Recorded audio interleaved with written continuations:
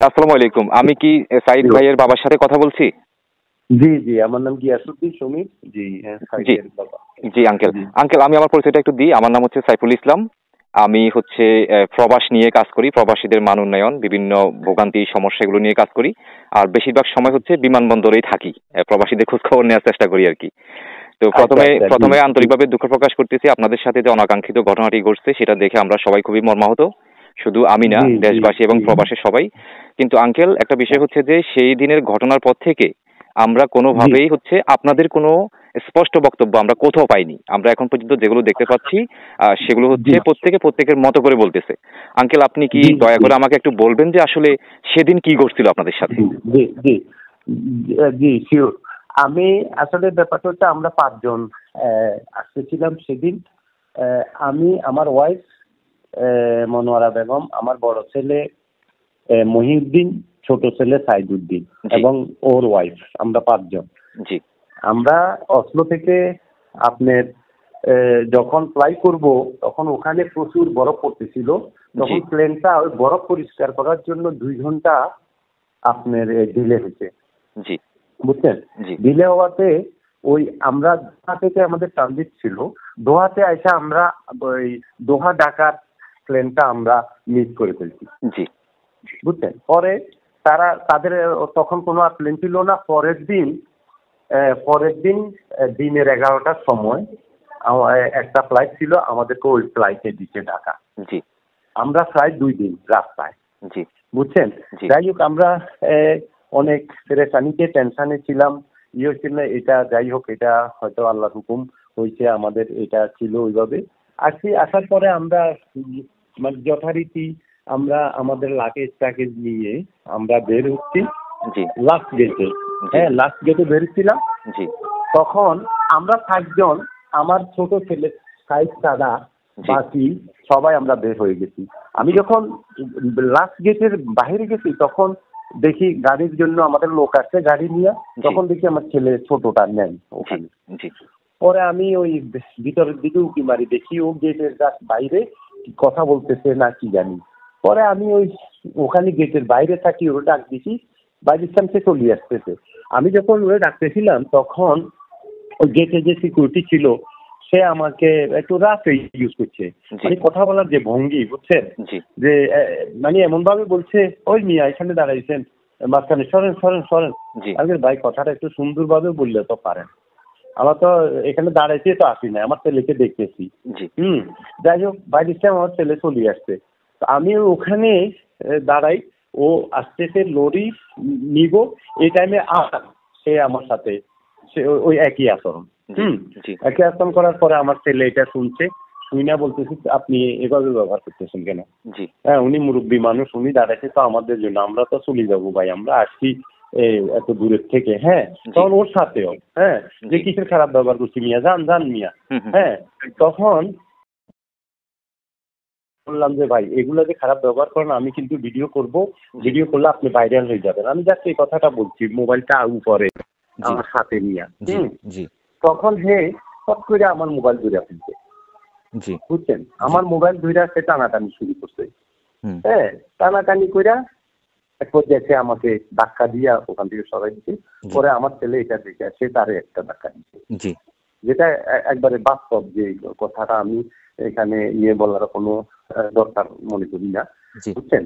যাই হোক, পরে সে যখন তারে ধাক্কা দিছে, ওইখান থেকে আরেকজন, ওইটা হলো আনসারের লোক, আইসা তারে মানে এত জোরে একটা গেম বক্সিং মারছে, জি, তার ঠোঁট মোট ফুল্লা ফাইটা গেছে, জি, একটা রক্ত বাইরে গেছে। জি, বুঝছেন? তখন সে ওই ওদের সাথে আপনার যাত্রাবার্তি করতেছিল। এর মধ্যে হেরা ৬-৭ জন চলে আসছে। বাকিটা আপনি ভিডিওতে জি, ওখানে দেখবেন। জি, জি, আইসা তারে মানে শুরু করছে অতর্কিত মায় জি, সবগুলাই। এরপরে তো আপনি দেখেন জি, যে আঙ্কেল এবার একটু ভিডিও। এবার একটু জানি। হ্যাঁ, এই বিষয়গুলো আপনার থেকে শুনে আমরা স্পষ্ট হলাম। কিছুটা ধারণা জি, আমরা আজকে পেয়েছি। খুব সম্ভবত ঢাকা পোস্টে একটা নিউজে আমরা এমন একটা বক্তব্য আজকে দেখলাম যেটা আপনি যেভাবে বর্ণনা করলেন ঠিক এমনটাই যে কি কথাগুলো হয়েছিল। আঙ্কেল এরপরে আমরা জি, যেমনটা শুনলাম যে এই অপ্রীতিকর ঘটনাটি জি, ঘটার পরেও খুব সম্ভবত জি, আপনাদেরকে আবার ভিতরে নিয়ে যাওয়া হয় এবং জি, প্রায় জি, কয়েক ঘন্টা জোর করে রাখার পরে আমাদেরকে জোর করে ভিতরে নিয়ে নিচ্ছে। জি, জি, জি, জি, এটা তারপর আপনি আপনাদেরকে ঠিক বলেছেন। ৳৫,০০০ একটা জরিমানা করা হয়েছে এমনটাও শুনছি। জি, জি। তো এটা আসলে কথা হচ্ছে আমাদের। বলেন প্লিজ প্লিজ আপনি বলেন। না, এটা মানে আমাদেরকে ভিতরে নিয়ে ওখানে একরকম জিম্মির মতো করে রাখছে। হ্যাঁ, ওই ইয়ে করবো, ভিডিও ফুটেজ দেখবো, যাইতে পারবো না, যাইতে দিব না, এম্বাসিতে ফোন করতেছি, ওইকে আমরা বলছি আমরাই নিজেরাই এম্বাসিতে ফোন করার জন্য ইন্টারেস্টেড করে। এরপরে আমাদেরকে আপনার 7 ঘন্টা বসায় রেখে এয়ারপোর্টে বসায় রাখা ম্যাজিস্ট্রেট। দেখেন আমরা ভিকটিম, উনি আমাদেরকে তো প্রথম জিজ্ঞাসা করবো কি হয়েছে আপনাদের সাথে, উনি আমাদেরকে জিজ্ঞাসা না কিরা ওখানে এয়ারপোর্টে লোকজন নিয়ে ওখানে মিটিং করতেছে, ওনার রুমে চা চক্র এভাবে হইতে আছে, বুঝছেন, ঘন্টার পর ঘন্টা। ওদের থেকে আগে উনি তিনটে সাক্ষী বানাইছে ওদেরকে। পরে যখন আমাদেরকে ডাকছে তখন আমি কিন্তু প্রথম আমাকে ডাকছিল, আমি বললাম যে আমার নিয়ে ভিডিও দেখাইতেছে, ভিডিওটা দেখাইতেছে আমার ছেলে যখন ধাক্কা মারছে মোটামুটি ওখান থেকে বুঝছেন। তাই বললাম যে প্রথম থেকে ভিডিও কোথায়? হ্যাঁ, আমার সাথে কি ব্যাপার হচ্ছে জানেন, বলো কি আমি যে এখানে সিনেমা নাটক বানাইতেছি, আপনি প্রথম থেকে কি আপনি যেখান থেকে দেখছেন ওইটাই ভিডিও ফুটেজ, বুঝছেন। পরে আমি বললাম যে না, আমি যে যেতে শুরুতেই আমি যেতে ছিলাম তখন থেকে আপনি দেখান।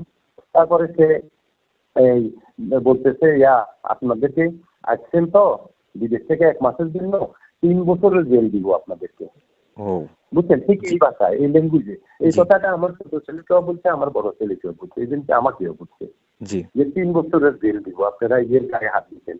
তো পরে যখন সে রায় করছে, রায়ের পরে আবার আমি বললাম যে ঠিক আছে আপনারা রায় করছেন, আমরা আইনের প্রতি শ্রদ্ধাশীল, আমরা রায় মানছি, কিন্তু ধরে নিলাম আমরা আপনারা যেভাবে বলতেছেন এই ওর গায়ে আমরা প্রথম দিচ্ছি, আমাদের রায় করছেন এই তো, কিন্তু আমাদেরকে যে এভাবে আমার ছেলেটারে এভাবে এতগুলো লোক মারছে সেটা কি বিচার? এটাই সবার প্রশ্ন। সেটা দেখতেছি, হ্যাঁ সেটা দেখতেছি, বুঝছেন। উনি এভাবে বইলার পরে আমরা তো দিয়েছি, বুঝছেন, আর কি করবো আমরা তো ওখানে। আঙ্কেল এবার একটু আমি এখানে আপনার সাথে একটু যুক্ত করি, সেটা হচ্ছে যে এতটুকু পর্যন্ত ঘটনাটি ঘটার পরে আমরা বিমানবন্দরের থেকে কর্তৃপক্ষ এখন পর্যন্ত ওনারাও আসলে স্পেশালি কোনো বিবৃতি কোথাও দেয়নি। যখনই কোনো সাংবাদিক বা সংবাদ এটাকে আমি আরেকটু বলি, বিমানবন্দরের পরের দিন যখন আমি বাড়িতে আসছি, সিভিল এভিয়েশনের যে আপনার বিশাল মনাকি মন্ডরুল কি জানি আজ ভদ্রলোক চেয়ারম্যান, সিভিল এভিয়েশনের চেয়ারম্যান, উনি আমাকে ফোন করছিলেন। উনি ফোন করে আমাকে দুঃখ প্রকাশ করছেন, হ্যাঁ দুঃখ প্রকাশ করছেন যে আমরা দুঃখিত এটার জন্য, তো আমরা একটা কমিটি করতেছি, আপনি কিন্তু এটা টেনশন করেন না। আঙ্কেল একটু এখানে আমরা একটু বলি যে এর মধ্যে আপনাদের সাথে ঘটনাটি ঘটার প্রায় 24 ঘন্টা পার হয়ে গেল।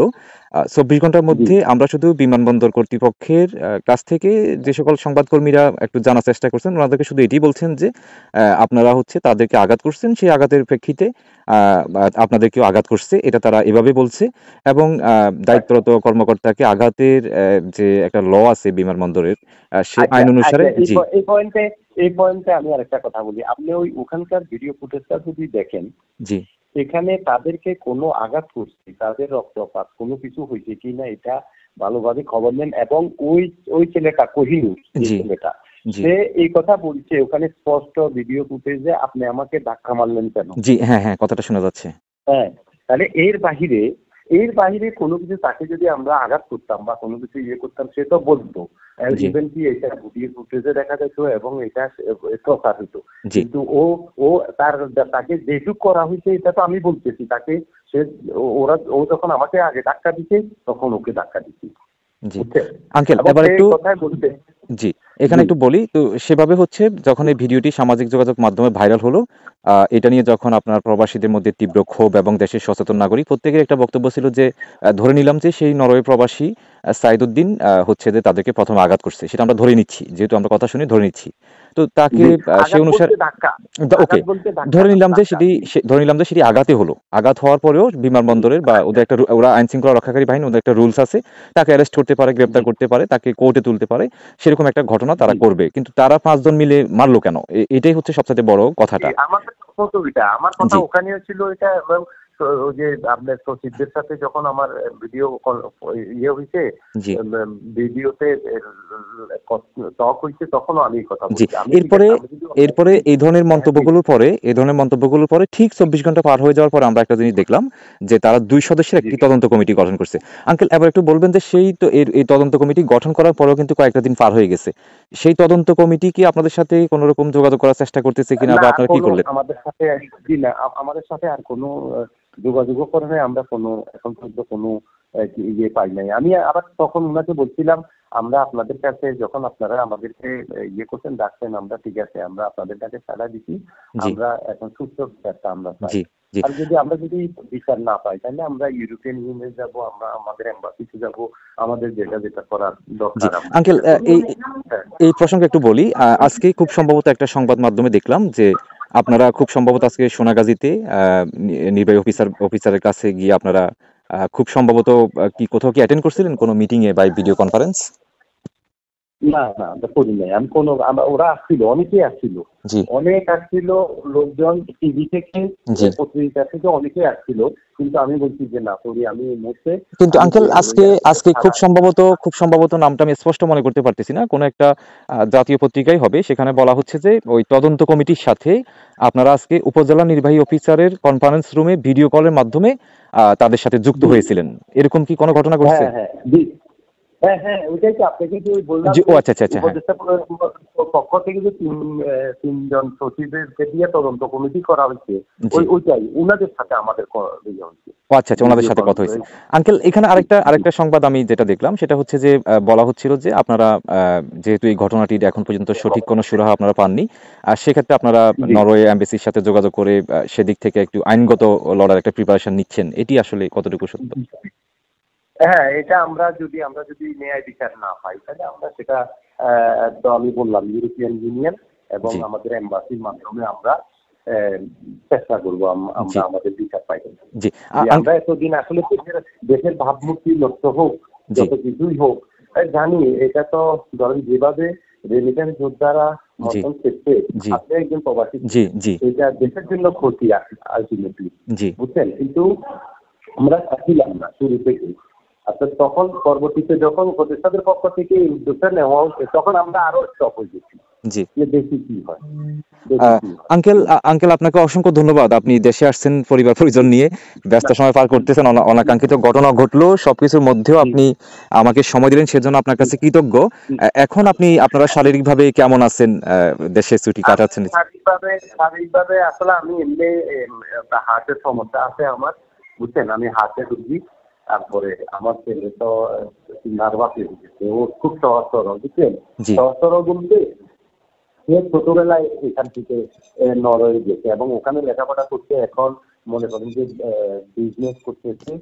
আমাদের গাড়ির বিজনেস আছে, আমরা বিজনেস করি, সে জি এগুলা সব দেখাশোনা করে। জি আমার ছেলে মনে করেন 24 ঘন্টা, ওটা আমরা এমন একটা ব্যবসা করি 24 আওয়ার্স, জি এটা ওই মোবাইলের মাধ্যমে ইয়ে জি থাকতে হয়, জি বুঝছেন? আমরা ওই গাড়ির ট্যাক্সির ব্যবসা করি, এখানে আমার অনেকগুলো ট্যাক্সি আছে।